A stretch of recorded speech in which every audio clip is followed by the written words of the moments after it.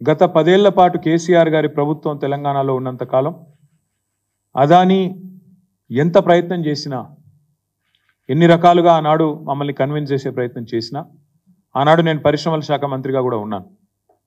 ఏనాడు కూడా మేము ఈరోజు అక్కడ కేంద్రంలో బీజేపీ, ఇక్కడ రాష్ట్రంలో రేవంత్ రెడ్డి గారు ఎర్రతివాచి పరిచే ఏదైతే స్వాగతం పలికారో మేము మాత్రం ఆ పని చేయలేదు.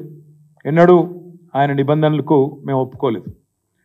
ఒకటి వాస్తవం, రేవంత్ రెడ్డి ప్రభుత్వం రాగానే మరి బడాబాయ్ ఆదేశం ఇచ్చినట్టున్నారు, చోటాబాయ్ అమలు చేసినట్టున్నారు. వెంటనే 12,400 కోట్ల ఒప్పందాలు కుదిరినాయని చెప్పి చాలా ఘనంగా తెలంగాణ ప్రభుత్వం, కాంగ్రెస్ ప్రభుత్వం జనవరి నెలలో ఈ సంవత్సరంలోనే ప్రకటనలు గుప్పించింది.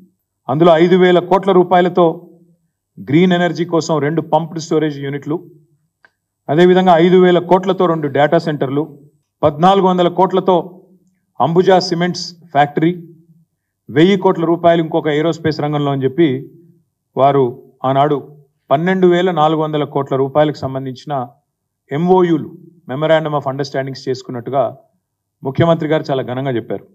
తదనంతరం చూస్తే మీరు ఏం జరిగింది అని చూస్తే జనవరి మాసం తర్వాత ఈ సంవత్సరంలో తెలంగాణ విద్యుత్ సంస్థలను అదానీ గారికి అప్పజెప్పే ప్రయత్నం కూడా ముఖ్యమంత్రి గారు చేశారు.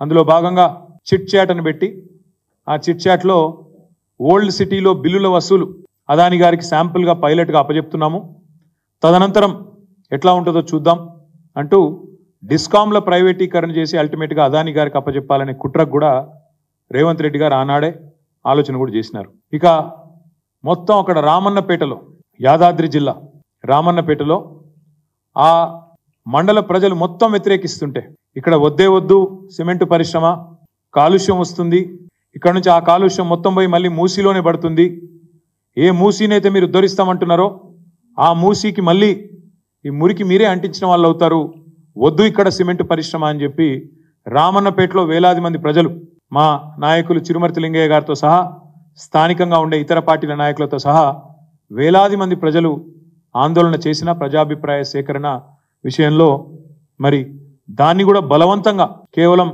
బడాబాయ్ ఆదేశం, చోటాబాయ్ అనుసరించి దాన్ని కూడా అప్పచెప్పే ప్రయత్నం, అక్కడ ప్రజాభిప్రాయ సేకరణ కూడా ఒక ప్రహసనంగా, ఒక తంతుగా ముగించే ప్రయత్నం చేసినారు.